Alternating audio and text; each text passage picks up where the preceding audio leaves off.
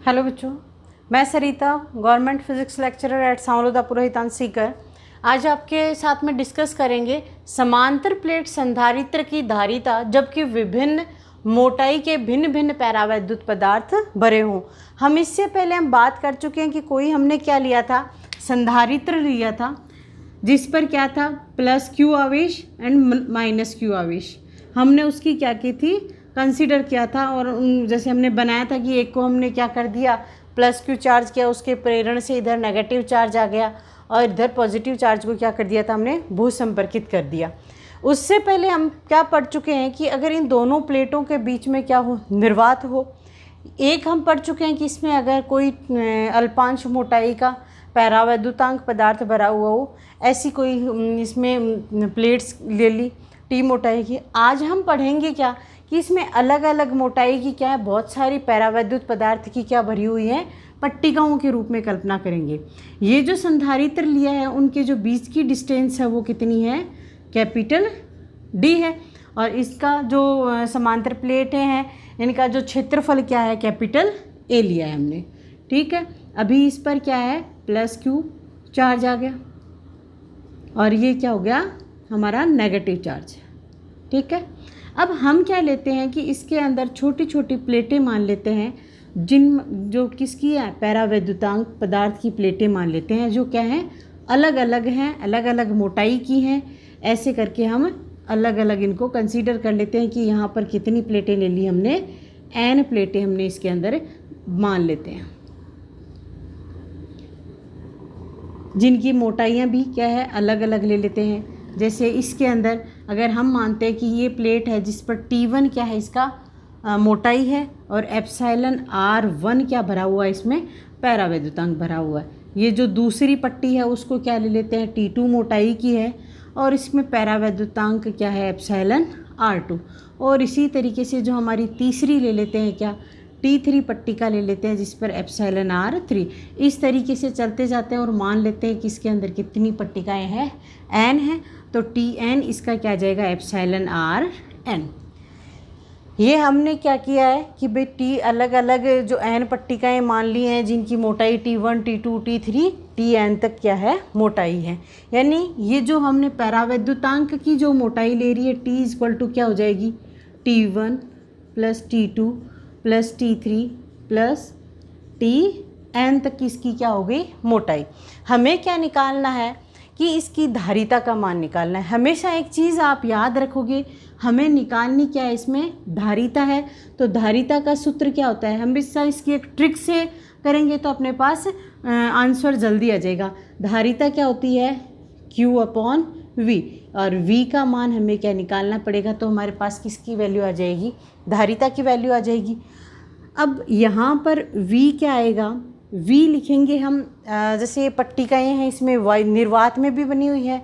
निर्वात की मोटाई कितनी आ जाएगी, अगर पैरावैद्युतांक वाले पदार्थ की मोटाई क्या है, ठीक, तो बची हुई क्या आ जाएगी, ये इधर जो बची हुई है D माइनस टी आएगी। अगर टोटल ये T है तो ये बची हुई क्या आ जाएगी, D माइनस टी। वो किसके लिए बात करेंगे, हम निर्वात के लिए बात करेंगे। तो इस पर जो परिणामी विभव या जो कुल विभव है उसकी वैल्यू हमारे पास क्या आ जाती है कि वायु या निर्वात में विभव प्लस क्या आ जाता है, पैरावैद्युत माध्यम में विभव। इन दोनों के मान को क्या लिख देते हैं, और विभव क्या होता है, E इंटू डी। तो यहाँ V इक्वल टू क्या आ जाता है, अगर E0 D, यानी कि यहाँ जो मोटाई है वो क्या आ जाएगी, निर्वात के लिए क्या है, D माइनस टी है। तो T यहाँ पर क्या आए, T1 plus T2 plus Tn तक। ये किसकी बात कर रहे हैं हम, निर्वात के लिए विभव आ गया। प्लस फिर क्या निकालना है हमें, पैरावैद्युतांक के लिए विभव निकालना है। तो यहाँ इसकी वैल्यू क्या आ जाएगी, E1 इंटू T1, हर पट्टिका की अलग अलग रहेगी। E2 इंटू क्या आ गया, T2 प्लस क्या आ जाएगा, En इंटू Tn। अब यहाँ पर जो E1 है वो क्या होगा, E1 इक्वल टू होगा E0 upon epsilon R1 E2 equal to क्या आ जाएगा, E0 अपॉन एप्सिलॉन R2। इसी तरीके से जो En है वो क्या आ जाएगा, E0 अपॉन एप्सिलॉन Rn। ये सारी वैल्यूज़ हम इसमें पुट कर देंगे तो हमारे पास जो विभव है वो क्या आ जाएगा, E0, ये तो इधर ऐसे कैसा आ जाएगा सारा का सारा, D minus T1 plus T2 से Tn तक आ रहा है, और प्लस E1 की जगह क्या लिख देंगे, E0 upon epsilon R1 into T1 plus E0 upon epsilon R2 into T2 और plus E0 upon epsilon Rn into क्या आ गया, Tn आ गया। अब यहाँ पर E0 है वो क्या आ रहा है, कॉमन आ रहा है, और E0 है उसकी वैल्यू क्या आ जाएगी, sigma upon epsilon 0। E0 equal to क्या होता है, सिग्मा अपॉन एप्सिलॉन 0। सिग्मा क्या है, पृष्ठावेश घनत्व है, और हमें पता है चूँकि सिग्मा इक्वल टू क्या होता है, Q अपॉन A। तो यहाँ से E0 की वैल्यू हमारे पास क्या आ जाती है, Q अपॉन A एप्सिलॉन 0। हम क्या करेंगे, ये विभव के अंदर सारी की सारी क्या लिख देंगे, ये मैं डायग्राम मिटा देती हूँ, ये हम बात कर चुके हैं इसके बारे में।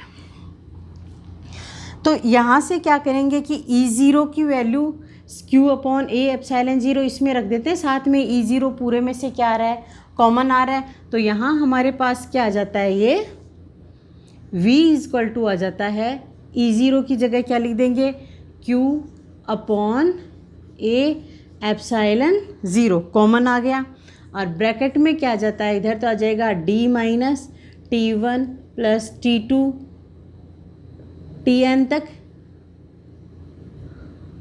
और प्लस क्या आ जाएगा, जो बचा हुआ है इधर प्लस आ जाएगा T1 upon epsilon R1 plus T2 upon क्या आ गया, एप्सिलॉन R2, और Tn अपॉन क्या आ जाएगा, एप्सिलॉन Rn।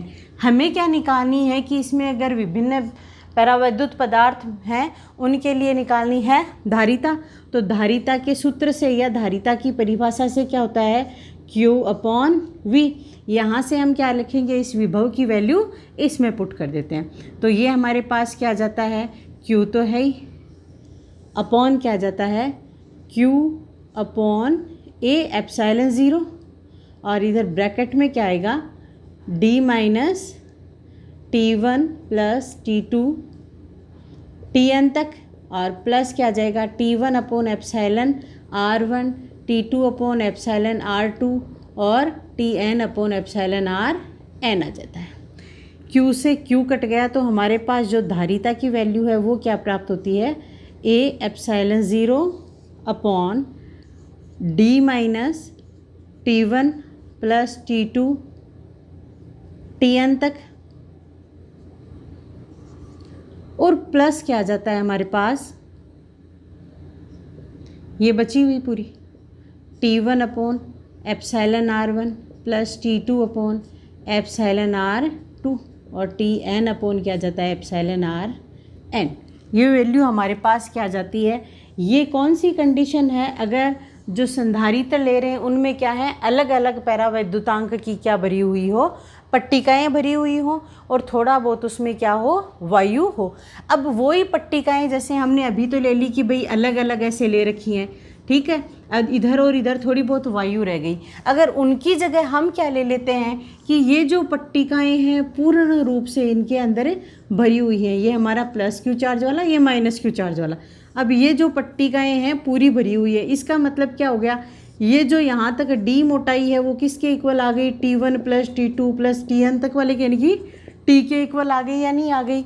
तो यहाँ कौन सी शर्त अगर आप बात कर सकते हैं, अपन बात ये कह सकते हैं, शर्त क्या हो जाएगी कि यदि पैरावैद्युत पदार्थ पूर्णतया उसमें क्या हो, भरा हुआ हो, पूर्णतया भरा होने का मतलब क्या आ जाएगा, D इक्वल टू क्या आ जाएगा, T1 प्लस T2 और Tn क्या लिखेंगे, यदि संधारित्र में पैरावैद्युत पदार्थ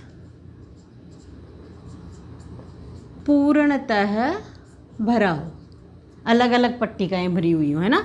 तो डी बराबर क्या आ जाएगा T1, यानी कि ये सारी वैल्यूज आ जाएंगी, ये दोनों इक्वल हो गए तो ये तो क्या हो जाएंगे, कट जाएंगे। तो हमारे पास उस शर्त में जो अपनी धारिता क्या आ जाएगी, A एप्सिलॉन 0 अपॉन ये D तो इससे कट हो जाएगा या नहीं हो जाएगा, क्योंकि ये इक्वल है। तो और ये क्या आ जाएगा T1 अपॉन क्या आ गया epsilon R1 plus T2 upon epsilon R2 और Tn अपॉन एप्सिलॉन Rn। तो इस प्रकार से हम क्या निकाल सकते हैं कि कोई समांतर प्लेटें हैं और उनके बीच में क्या भरी हुई है, विभिन्न मोटाई की अलग अलग जो पैरावैद्युत पदार्थ की क्या भरी हुई है पट्टिकाएं, उनके लिए ये किसकी वैल्यू आ गई है, संधारित्र की, सॉरी धारिता की क्या आ जाती है, वैल्यू आ जाती है। अब जो हमारा नेक्स्ट टॉपिक है वो क्या है, गोलीय संधारित्र है।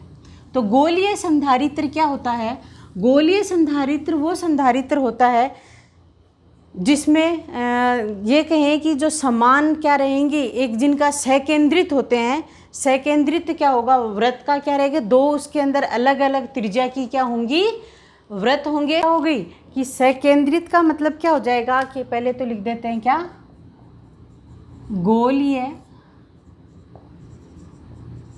संधारित्र की धारिता। देखो गोलीय संधारित्र का मतलब क्या होगा कि हम क्या लेंगे, दो ऐसे गोले लेंगे जो क्या हो, परिमाण में तो समान और प्रकृति में क्या हो, विपरीत आवेश के क्या हो, कोई सहकेंद्रित गोलों से युक्त जो युक्ति होती है वो क्या कहलाती है, गोलीय संधारित्र कहलाता है। तो हम इसके लिए क्या कंसीडर कर लेते हैं कि ये जो यहाँ पर है ये क्या है R1 और इस पर हम चार्ज ले लेंगे, प्लस चार्ज ले लें, इस पर क्या है प्लस चार्ज, और इसको नाम दे देते हैं हम ए गोला दे दिया। अभी इससे ये कितनी दूरी पे ले लेते हैं, R2 दूरी पे लेते हैं, जिससे ये माइनस चार्ज है इस पर। इस गोले को क्या नाम दे दिया हमने, बी गोला नाम दे दिया, ठीक है। अभी यहाँ जो प्लस चार्ज है उसको क्या कर देते हैं हम, भूसंपर्कित कर देंगे। अब हमें क्या निकालना है, इस गोले के लिए क्या निकालनी पड़ेगी, धारिता निकालनी है। धारिता का हमें पहले से ही पता है कि C बराबर क्या होता है Q/V। तो सबसे पहले हमें क्या निकालना पड़ेगा, इसके लिए विभव निकालना पड़ेगा। अब यहाँ पर क्या है प्लस Q चार्ज है और यहाँ पर क्या आ रहा है माइनस Q चार्ज, यानी कि A और B गोले हैं, उनके लिए हमें सबसे पहले तो विभव की बात करनी पड़ेगी। तो मैं बात क्या कर रही हूँ पहले कि A गोले के लिए जो प्लस Q चार्ज है इसके लिए इस पर विभव क्या आ जाएगा, हम क्या लिख लेते हैं, मैं इसको VA नाम दे देती हूँ। तो ये क्या हो जाएगा, विभव बराबर क्या होता है KQ/R। तो यहाँ इसकी जो रेडियस वो क्या इतनी है R1 आ रही है, तो ये क्या हो जाएगा K, यहाँ पर चार्ज कौन सा है प्लस, तो KQ/ क्या आ गया R1। इसी प्रकार जो B वाला है उस पर जो माइनस आवेश है उसके कारण जो विभव होगा वो क्या होगा, B पर क्या निकालना है, माइनस आवेश के कारण विभव क्या आ जाएगा, VB = आ जाएगा K माइनस Q/ आ गया ये R2। तो हम इसके लिए किसकी बात करेंगे, परिणामी विभव V बराबर क्या आ जाता है, VA प्लस इसको नाम दे देते हैं VB। तो इन दोनों को क्या कर दो, जोड़ दो, KQ/ क्या आ गया R1 माइनस क्या आ जाता है KQ/R2, या फिर इसकी क्या आ जाएगी KQ बाहर आ जाता है और इसको शॉर्ट आउट करेंगे तो R1 R2 या R2 माइनस क्या आ गया R1। इसको दे दिया हमने इक्वेशन नंबर A। अब यहाँ जो विभव है यहाँ पर E विद्युत क्षेत्र क्या आ जाएगा, 0 आएगा या नहीं आएगा, विद्युत क्षेत्र 0 का मतलब इधर विभव की वैल्यू भी क्या आ रही है, 0 आ रही है।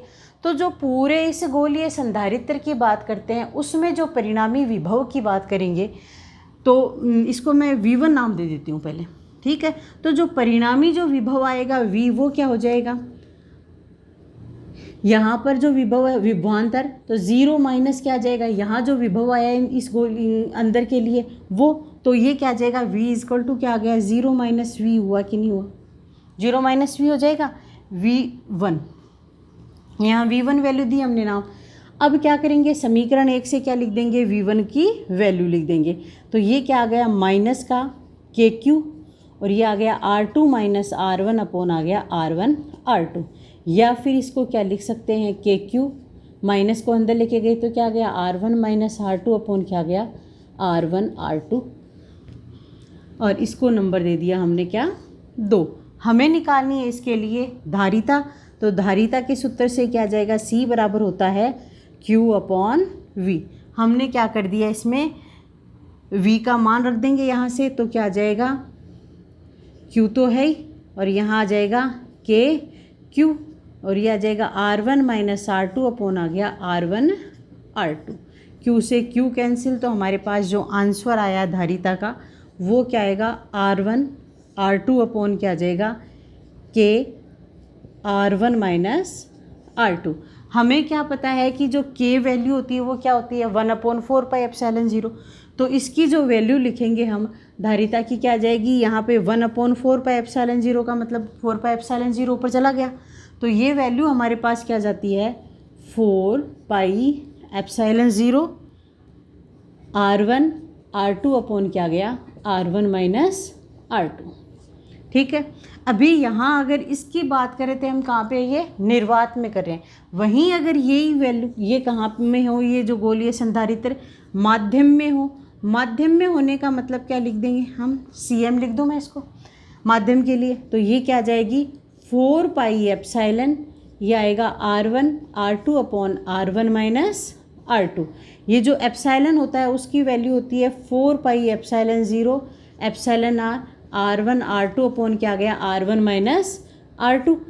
ये जो वैल्यू है वो किसके लिए आ रही है वायु वाली धारिता की, गोलीय संधारित्र की धारिता के बराबर आ रही है, तो ये क्या आ गया CR और ये C।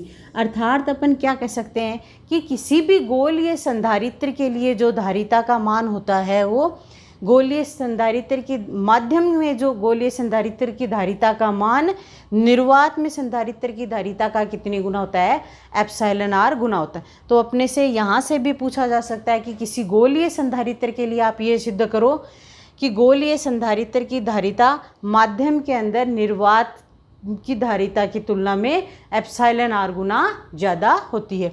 तो इस प्रकार अपने ये दोनों टॉपिक कंप्लीट होते हैं। नेक्स्ट टॉपिक के साथ अपन कल बात करते हैं। Thank you.